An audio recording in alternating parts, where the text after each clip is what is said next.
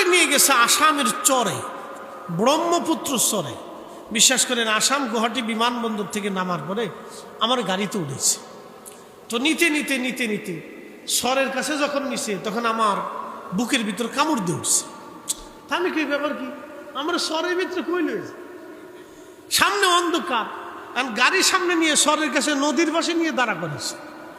আমার তো বুকের ভিতরে আরো কামড় দিয়ে উঠছে। হাই না, আমাদের স্বরে তো খুন খারাপি হয়, ঠিক আছে না? আমাদের স্বর অঞ্চলে কি হয়, খুন খারাপি হয়, খুব মারামারি হয়। আপনি যদি মারামারি কথা শুনেন তো আপনার গা শির উঠবে।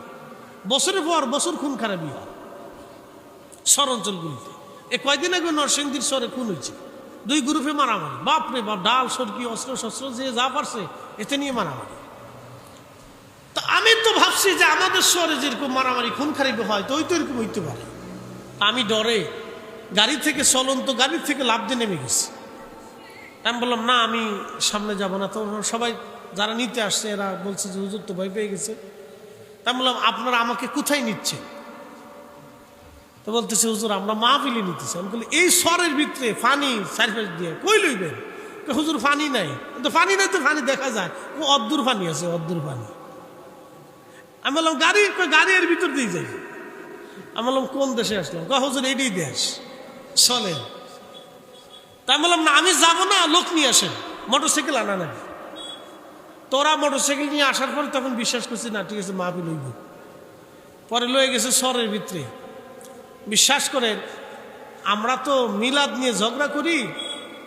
দেখেন, চরে যাওয়ার পরে হাজার হাজার মানুষ চরের ভিতরে মাহফিল শোনার জন্য, কেউ টলার নিয়ে বিভিন্ন জায়গার থেকে আসছে। অনেক লোক শুনছে, বাংলাদেশ থেকে আসছে, তো প্রচুর মানুষ আসছে। আসার পরে আমি রাত্রিবেলা ওয়াজ করলাম, দেওবন্দি উলামা ইকরাম আসছে, বিভিন্ন ঘরানার আলেম ওলামা আসছে। আমি বললাম, জিজ্ঞেস করলাম, ভাই আমরা কি তো বিদেশি মেহমান, আপনাদের দেশের হাল হাকিকত তো কিছু জানি না। তো যারা দাওয়াত করছে তারা তো আমার সামিন, আমার খুব মহাব্বত করে। বলছে হুজুর আপনারাও, আমরাও মহাব্বত করি, আপনার আলোচনা আমরা শুনি। আমি বললাম যে মিলাদ কিয়াম কি করব? বলতেছে হুজুর আপনার ইচ্ছা, এগুলি নিয়ে আমরা এই দেশে ঝগড়া করি না। বলে কেন? আমরা নিজেরাই বাঁচতে পারি না, এটা নিয়ে ঝগড়া করবো কেন? কি কথা কর না কেন? আমি সেই দিন শিখে আসছি। হ্যাঁ, কথা তো সত্য। আল্লাহর কসম করে বলি, মাহফিল শেষ, সকালবেলা ফজরের নামাজ পড়ে বেরোবো। আমি তো রাত্রিবেলা গেছি, দেখিনি। আহা, মানুষের দারিদ্রতা দেখলে গা শির উঠবে। মানুষের দারিদ্রতা দেখলে গা শির উঠবে। গরিব মানুষ 5 টাকা 10 টাকা হাতে নিয়ে এসে রাস্তার পাশে দাঁড়ায় রয়েছে, আমাকে বিদায় দিবে। তাই আমি বলছি না, আপনাদের টাকা লাগবে না, আমি এমনি দোয়া করবো। তো বলতেছে হুজুর আমরা খুব গরিব মানুষ, আমরা খুব অভাবী, সরকার আমাদেরকে কার্ড দেয় না, ন্যাশনাল আইডি দেয় না সরকার আমাদেরকে। ন্যাশনাল আইডি দেয়, আমরা চরের ভিতরে থাকি, সরকারি সমস্ত ভাতা সুযোগ সুবিধা থেকে আমরা বঞ্চিত।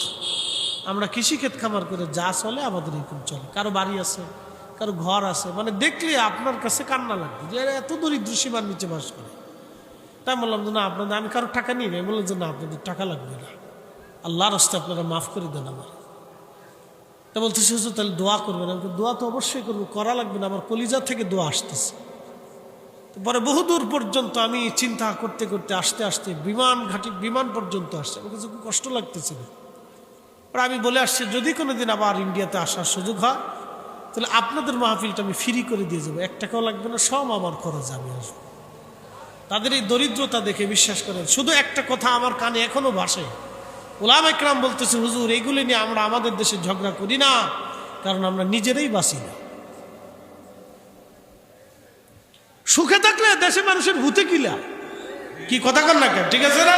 সুখে থাকলে ভূতে কিলা, আমরা দেশের অবস্থায় যেটা, সুখে থাকলে ভূতে কিলা।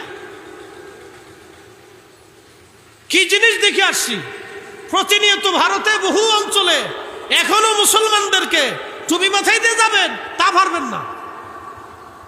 আমি ফুরফুরা শরীফ গেছি, ফুরফুরা শরীফে যাওয়ার পরে ফুরফুরা হুজুর কেবলার নাতি আমার তার বেডরুমে বসেইয়া খাবার দাবার শেষে আমাকে বললেন, ফরিদি সাহেব আপনি বাংলাদেশ থেকে আসছেন, আপনার আলোচনা শুনি ভালো লাগে, কিন্তু আপনি যখন যাবেন তখন একটু কেয়ারফুল অবস্থায় যাবেন, কারণ এমনও অঞ্চল আছে ওরা যদি দেখে আপনার মাথায় টুপি, তো টুপি কেড়ে নিয়ে আপনার সাথে দুষ্টুমি করবে, আপনি কিন্তু রাগ করবেন না তখন। তো ওরা আপনাকে মারবে, আঘাত করবে, আপনি বিদেশি মেহমান। সুখে দেখলে বাঙালির ভূতে কিলে। আমরা এই দেশে খালি এটা নিয়ে হেঁটে নিয়ে ঝগড়া করি। ঝগড়া করার টাইম নাই, ধেয়ে আসতেছে মহাবিপদ। ঝগড়া যদি বন্ধ না করেন পিঠের সামনা কারো থাকবে না। আর যদি ঝগড়া বন্ধ হয়ে যায় সবাই বিজয় অর্জন হবে। কথা বলেন ঠিক কিনা? ঝগড়া করার টাইম নাই এখন, ঝগড়ার দিন চলে গেছে। প্রিয় উপস্থিতি হাজিরিন, আমার জীবনের বাস্তবতা থেকে আপনাদেরকে উপলব্ধি করে বুঝাইলাম